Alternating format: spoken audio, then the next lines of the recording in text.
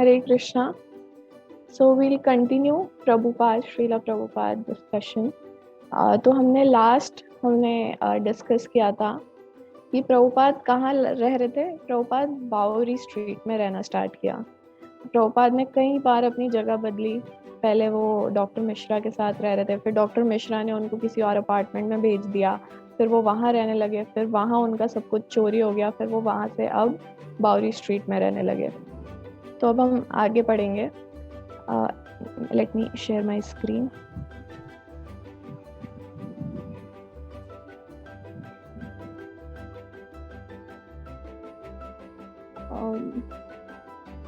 Mataji, is it okay? So we are discussing still chapter 1, जिसका शीर्षक है अकेले संघर्षशील, स्ट्रगलिंग अलोन। इस चैप्टर में बेसिकली प्रभुपाद की जो इनिशियल स्ट्रगल है, जिसमें प्रभुपाद बिल्कुल अकेले थे, वो डिस्कस किया जा रहा है। तो अब हम पार्ट 5 डिस्कस करेंगे। नमो विष्णुपादाय कृष्णपृष्ठाय भूतले श्रीमते भक्ति वेदांत स्वामी इति नामिने नमस्ते सारस्वते देवे गौरवाणी प्रचारिणे निर्विशेष शून्यवादी पश्चात देशतारिणे। तो अब प्रभुपाद बहुत ही सीरियस पोजीशन में बैठे थे और वो कुछ सोच रहे थे।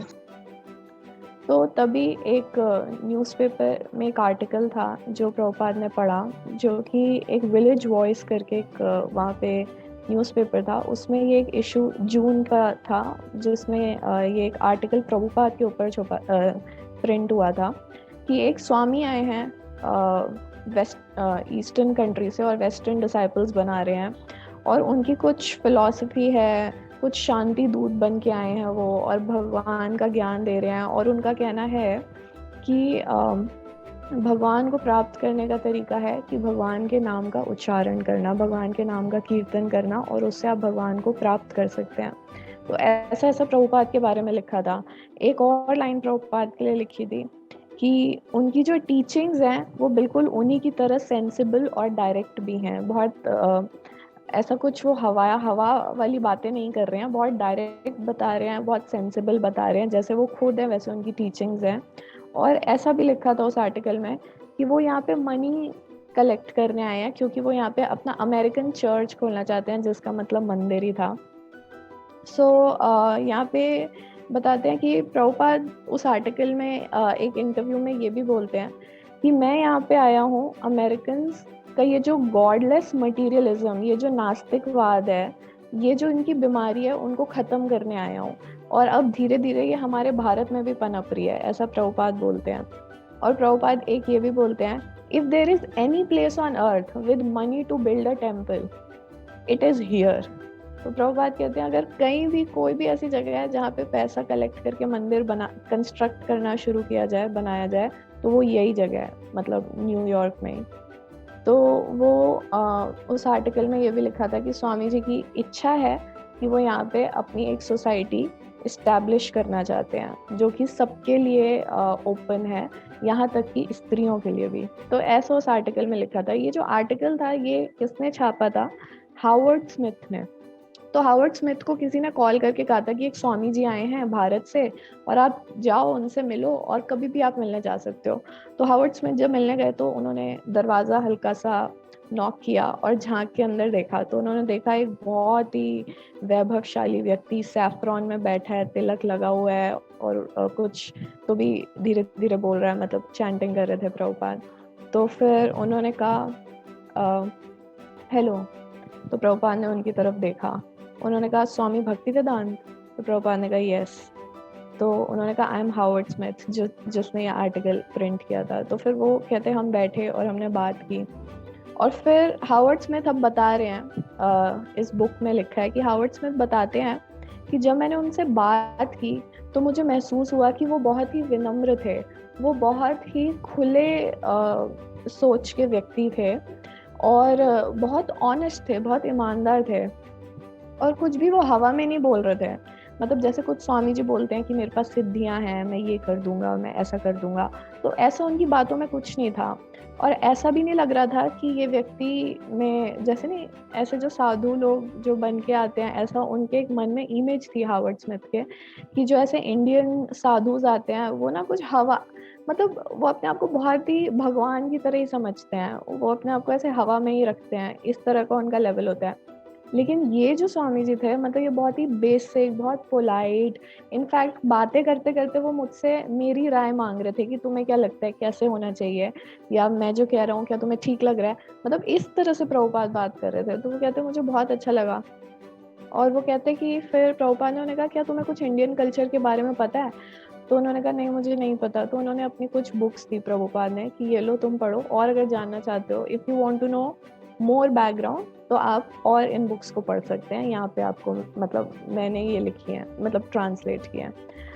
तो इस तरह से वो बहुत ही ज़्यादा अपना जो उनका एक्सपीरियंस था स्वामी जी के साथ बैठ के बात करने का, वो मेंशन करते हैं। वो कहते हैं उन्होंने मुझे बहुत क्लियरली बताया कि ये जो उन्होंने पहन रखा है सैफ्रॉन, इसका क्या सिग्निफिकेंस है, जो तिलक लगा रखा है, जो बीड बैग है, जैसे जनरली हम प्रचार करने जाते हैं तो हमसे भी ऐसे प्रश्न पूछे जाते हैं, तो मैं ऐसे ऐसे प्रश्न पूछ रहा था, तो उन्होंने मुझे सबका बहुत ही ज़्यादा प्रैक्टिकल आंसर दिया।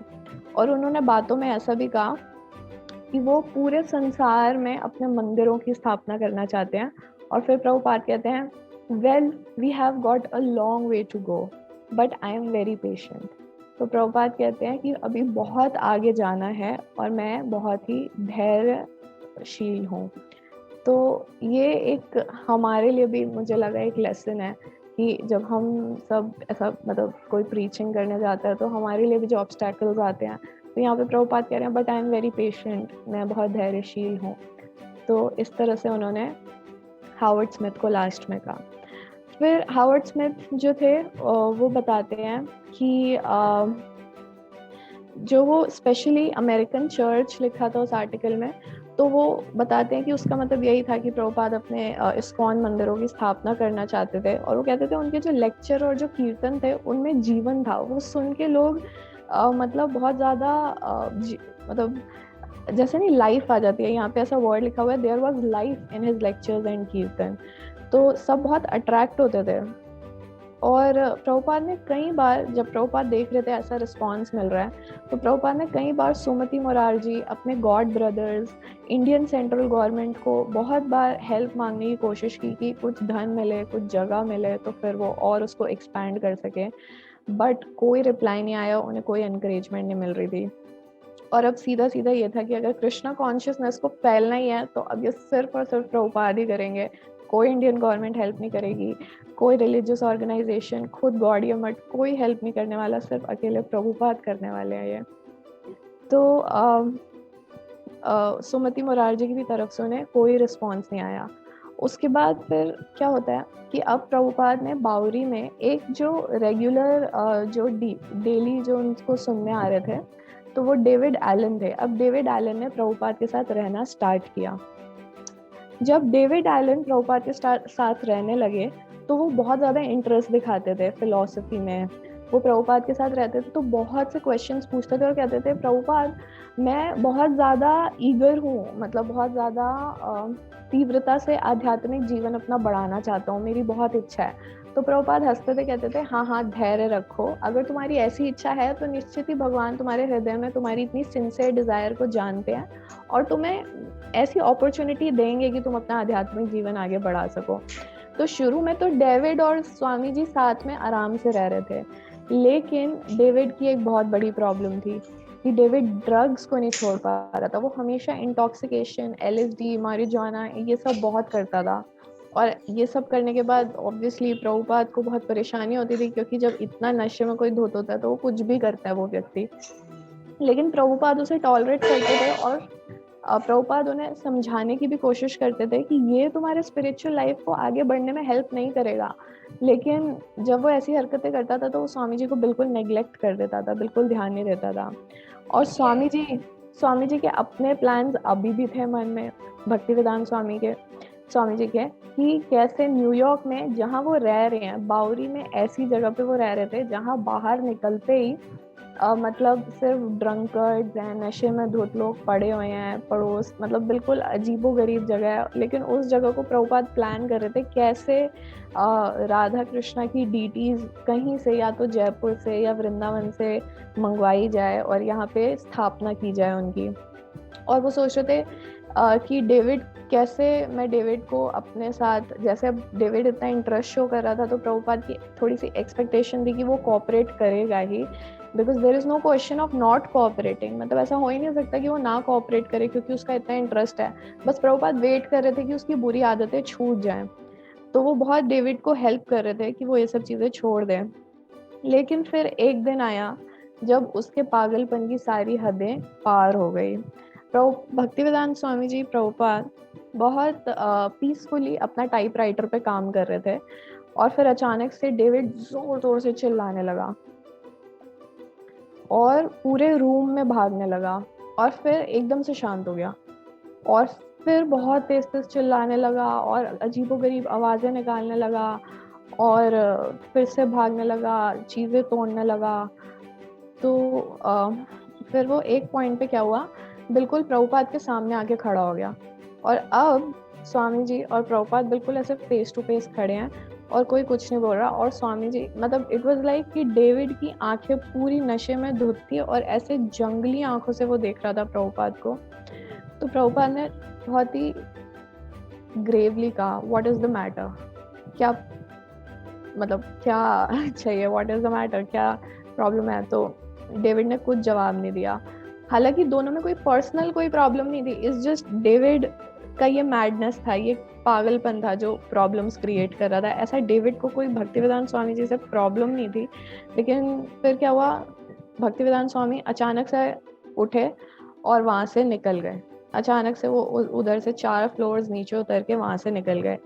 अब वो जा तो रहे थे, लेकिन अब उन्हें ये नहीं पता कि वो लौटेंगे भी या नहीं, और वो जहाँ जा भी रहे हैं वो कहाँ जा रहे हैं उन्हें ये भी नहीं पता। और लोग उन्हें रास्ता दे तो रहे थे जाने का, क्योंकि वो उनकी थोड़ी इज्जत करते थे, क्योंकि प्रभुपाद कभी ना कभी जाते थे कुछ सामान लेने, वापस आते थे।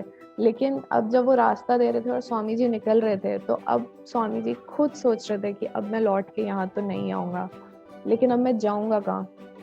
और दैट वाज फॉर श्योर कि वो लौट के नहीं जाएंगे। और अब वो ट्रैफिक भरी रोड पे साइड में खड़े हैं और चलते जा रहे हैं, चलते जा रहे हैं, उन्हें नहीं पता मुझे कहाँ जाना है, और वो सोच रहे हैं कि मैं क्या करूँ। वो उनके मन में आ रहा है मैं डॉक्टर मिश्रा को कॉल करूँ, लेकिन डॉक्टर मिश्रा का चैप्टर तो खत्म हो चुका है, अब वहाँ पे जाने का कोई प्रश्न ही नहीं है। और अब 9 महीने अमेरिका में रहने के बाद, प्रचार का इतना जदोजहद, इतनी मेहनत करने के बाद कुछ जाके लोग अभी सुनना शुरू हुए थे, जुड़ना शुरू हुए थे। अब अगर प्रभुपाद वो जगह अचानक से छोड़ देंगे तो वो लोग कहाँ जाएंगे जो थोड़ा बहुत अच्छा रिस्पॉन्स दे रहे थे उनके प्रीचिंग का। और यहाँ पे लिखा है कि प्रभुपाद, सोचिए प्रभुपाद को वृंदावन में इतना, सन्यासी को मतलब भारत में कितनी इज्जत दी जाती है, और उनको यहाँ पे वाइस प्रेसिडेंट ऑफ इंडिया से मिलने का मौका मिला था, और मतलब इतना रिस्पेक्टफुल उनको ट्रीटमेंट मिल रहा था इंडिया में। और अमेरिका में उनका जो हाल था वो किसी नशे में धुत व्यक्ति जो साइड में पड़ा होता है उससे भी बुरा था, क्योंकि वो व्यक्ति का भी सर पे एक छत थी। मतलब क्योंकि वो इतने सालों से ऐसे पड़े हुए थे ना, तो उनका भी एक वो जगह बन चुकी थी कि हमें यहीं रहना है, यही हमारी छत है। लेकिन राइट नाउ प्रभुपाद के पास वो शेल्टर भी नहीं है, प्रभुपाद के सर पे वो छत भी नहीं है। और अब प्रभुपाद सोच रहे हैं कि वो कहाँ जाए, सब कुछ वो सोच रहे हैं कि सब कुछ बर्बाद होता जा रहा है, मैं कोई प्लान अपने दिमाग में प्रपोज कर रहा हूँ एंड वो खत्म होता जा रहा है। तो अब वो बिल्कुल अकेले खड़े थे और सोच रहे थे, और वो सोच रहे थे कितना मुश्किल है अमेरिका में प्रचार करना। ये सब यहाँ पे बहुत अच्छी लाइन लिखी है इंग्लिश में, how difficult it was to preach in America amid these crazy people. इन लोगों के बीच में इस तरह का प्रचार करना बहुत ज़्यादा अत्यंत कठिन है। और उसके बाद यहाँ पे सतस्वरूप दास गोस्वामी लिखते हैं कि उन्होंने अपनी कविता में भी ये लिखा था, my dear Lord, I do not know why you have brought me here. हे भगवान, मुझे नहीं पता कि आप मुझे यहाँ क्यों लेके आए हैं, but now you can do with me whatever you like, आप मेरे साथ जो चाहते हैं आप कीजिए, but I guess you have some business here, मुझे लगता है कि आपको कुछ काम है यहाँ पे, तभी आप मुझे यहाँ लेके आ रहे हैं। तो इस तरह से मतलब प्रभुपाद का ये एक छोटा सा पोयम बीच में मेंशन किया सतस्वरूप दास गोस्वामी जी ने। अब प्रभुपाद सोच रहे थे कि ये जो क्लासेस चल रही हैं इनका क्या होगा, डेविड के पास वापस जाए ना जाए, क्योंकि डेविड से बहुत एक्सपेक्टेशन थी। प्रभुपाद ने ये तक प्लान कर लिया था कि उसे वृंदावन ले जाऊंगा, ब्राह्मण दीक्षा दूंगा, उसको डीटी वर्शिप सिखाऊंगा, फिर वापस लाऊंगा, फिर वो मेरी प्रीचिंग में हेल्प करेगा। लेकिन डेविड की ये रिस्पॉन्स देख के प्रभुपाद बहुत डिसअपॉइंट हो गए। फिर प्रभुपाद ऐसे भी सोच रहे थे कि डेविड की कुछ आदतें थी, जैसे वो नहाने जाता था तो साबुन जमीन पे छोड़ देता था। प्रभुपाद कई बार उसे बोलते थे ऐसा मत करो, क्योंकि कोई भी बुजुर्ग व्यक्ति इस पे फिसल सकता है। लेकिन डेविड बहुत जोर से चिल्लाता था प्रभुपाद के ऊपर कि तुम अपना काम करो ऐसे करके। तो प्रभुपाद फिर से चलने लगे बहुत तेज तेज, और उनके हाथ में फ्री टिकट थी कि वो वापस भारत आ जाएं। और उनके मन में ख्याल आ भी रहा था, लेकिन फिर उनको अपने गुरु महाराज का जो आदेश था वो याद आ रहा था कि उनका आदेश है कि भगवान गौरांग महाप्रभु का जो नाम है उसको पूरे विश्व में फैलाना। तो उस पे चिंतन करने लगे फिर। तो उसके बाद इस पूरे सिचुएशन को खुद प्रभुपाद इस तरह से सोचने लगे कि एक टेस्ट है, ये एक मेरी परीक्षा है जो कृष्ण ले रहे हैं। और उसके बाद उन्हें भगवत गीता में के वचन याद आने लगे जो भगवान कृष्ण ने कहे, in all activities just depend upon मी, अपने सारे कार्यों में आप मेरे ऊपर निर्भर रहो, and work always under my protection, in such devotional service be fully conscious of me, you will pass over all the obstacles of conditional life by my grace.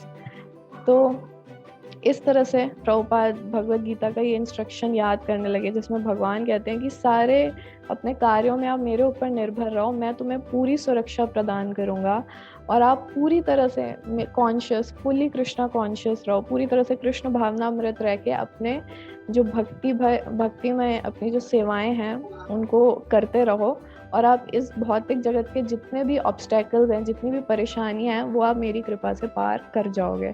तो इस तरह से स्वामी जी भगवत गीता के ये वचन याद करने लगे, और तभी कि कार्ल येगन्स जो रेगुलरली इवनिंग क्लासेस में आया करता था, शायद वो कुछ हेल्प करे। और उसके बाद प्रभुपाद ने कार्ल येगन्स को कॉल किया और चार्जर लगा, और उसके बाद उन्होंने उनसे कहा कि इट्स एन इमरजेंसी, अभी एक इमरजेंसी सिचुएशन है, आप मेरी हेल्प कीजिए। तो तब कार्ल फटाफट आए और प्रभुपाद को अपने घर ले गए, और कार्ल और ईवा के साथ अब स्वामी जी रह रहे थे। हरे कृष्णा। श्रील प्रभुपाद की जय।